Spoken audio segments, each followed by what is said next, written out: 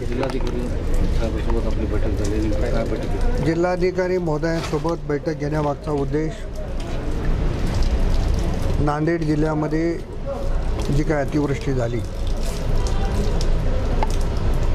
आणि 280, 284, 285 mm पाऊस 6 तासाच्या आत झाला. त्यामुळं 5-6 तासामध्ये होत्याचं नव्हतं निसर्गाने केलं. राष्ट्रवादी काँग्रेसचे सर्व पदाधिकारी विविध भागामध्ये फिरले. सामान्य शेतकऱ्यांच्या, शेतमजुरांच्या सगळ्यांच्या व्यथा जाणून घेतल्या आणि ती सगळी माहिती माननीय जिल्हाधिकारी महोदयांना दिली पाहिजे.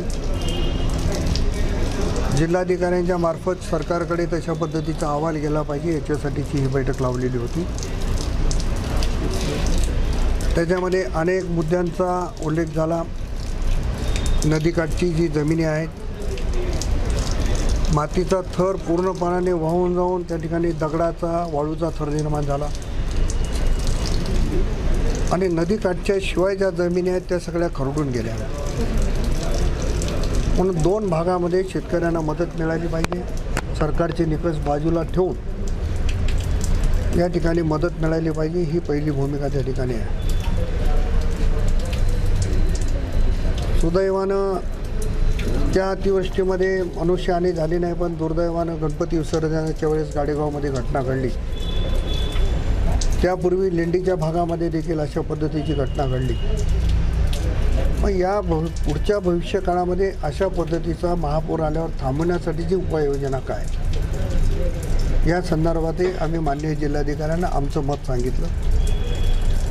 त्या संदर्भातही वरिष्ठ स्तरावर निश्चितपणानं बैठक लावू. मी माननीय मुख्यमंत्री देवेंद्र फडणवीस साहेब, उपमुख्यमंत्री अजित पवार साहेब, कृषी मंत्री दत्तामामा भरणे, मदत पुनर्वसन मंत्री मकरंदाबा पाटील, महसूल मंत्री बावनकुळे साहेब, या सगळ्यांची परवा मुंबईत भेट घेतली आणि त्यांना स्वतंत्रपणे जिल्ह्याच्या वतीनं, जिल्हा राष्ट्रवादीच्या वतीनं निवेदन मी दिलेलं आहे. आता आमची CM साहेबाला आणि DCM साहेबांना विनंती एवढीच आहे की सगळ्या या संबंधित मंत्र्याची एक बैठक एकत्रित करून त्या सगळ्या विभागाच्या मार्फत ज्या काही मदती देता येतात त्या द्याव्यात आणि माननीय मुख्यमंत्री महोदय याच्यासाठी अनुकूल देखील आहेत की विशेष पॅकेज कोल्हापूरच्या धर्तीवर जी काही मी वाचतोय, कोल्हापूरपेक्षाही भयानक अवस्था नांदेड जिल्ह्यामध्ये झाली. 6 तासामध्ये सगळ्याचे संसार उघड्यावर आणणारा पाऊस या ठिकाणी झाला. त्याच्यामुळे याचं गांभीर्य लक्षात घेऊन तातडीनं मदत दिली पाहिजे.